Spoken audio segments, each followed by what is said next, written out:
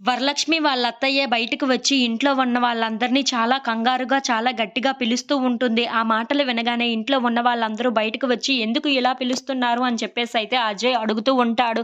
ఆ మాటలు వినగానే అక్కడ ఉన్న వరలక్ష్మి వాళ్ళ అత్తయ్య మాత్రం వరలక్ష్మి ఇంట్లో కనిపించటం లేదు. ఎక్కడికి వెళ్ళిపోయిందో ఏమో అని చెప్పేసైతే అంటూ ఉంటుంది. ఆ మాటలు వినగానే ఇంట్లో ఉన్న వాళ్ళందరూ అయితే చాలా కంగారు పడిపోతూ ఉంటారు. ఇంతలో అక్కడ ఉన్న వరలక్ష్మి వాళ్ళ అత్తయ్య మాత్రం నేను చుట్టుపక్కల అంతా చూసాను.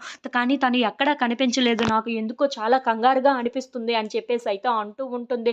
ఆ మాటలు వినగానే అక్కడ ఉన్న బీహార్ మాత్రం నాకు ఏమనిపిస్తుంది అనంటే వరలక్ష్మి అక్క వెన్నెలని వెతుక్కొని ఎక్కడికో వెళ్ళిపోయిందేమో అనిపిస్తుంది అని చెప్పేసైతే అంటూ ఉంటాడు. ఆ మాటలు వినగానే అక్కడ ఉన్న వాళ్ళందరూ అయితే చాలా కంగారు పడిపోతూ ఉంటారు. అవును వెన్నెల, వెన్నెల అని కలవరించుకొనే ఉంది కదా! అందుకే వెన్నెల దగ్గరికే వెళ్ళిపోయి ఉంటుందేమో అని చెప్పేసైతే అంటూ ఉంటాడు. ఆ మాటలు వినగానే అక్కడ ఉన్న వాళ్ళందరూ అయితే చాలా కంగారు పడిపోతూ ఉంటారు. అవును నువ్వు చెప్తుంది నిజమేనేమో వెన్నెలని కలవరించుకొనే ఇంతవరకు ఉంది కదా! వెన్నెల కోసం అని చెప్పి తనని వెతుక్కొని ఎక్కడికో బయటికి వెళ్ళిపోయిందేమో అని చెప్పేసైతే చాలా కంగారు పడిపోతూ ఉంటారు. ఇంతలో అక్కడ ఉన్న కృష్ణ మాత్రం తను ఎక్కడికి ఎంత దూరమో వెళ్ళి ఉండదు. మనం చెరొక పక్క వెళ్ళి వరలక్ష్మి అత్త ఎక్కడ ఉందో తెలుసుకొని మనం ఖచ్చితంగా పట్టుకోవచ్చు. పదండి చెరొక వైపు వెళ్ళి వెతుకుదామని చెప్పేసైతే అంటూ ఉంటాడు. ఆ మాటలు వినగానే అందరూ అయితే వెళ్తూ ఉంటారు. అది చూసిన వైష్ణవి అయితే నేను కూడా వస్తాను ఆగు కృష్ణ అని చెప్పేసైతే అంటూ ఉంటుంది. ఆ మాటలు వినగానే అక్కడ ఉన్న కృష్ణ అయితే చాలా కోపంగా వైష్ణవి వైపు చూసి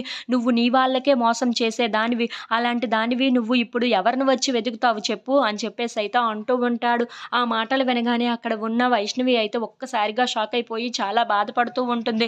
ఇంతలో అక్కడ ఉన్న కృష్ణ మాత్రం అవును నీ వాళ్ళకే నువ్వు ద్రోహం చేస్తావు. అలాంటిది ఇప్పుడు నువ్వు ఏం చేస్తావన్న నమ్మకం మాకైతే లేదు అని చెప్పేసైతే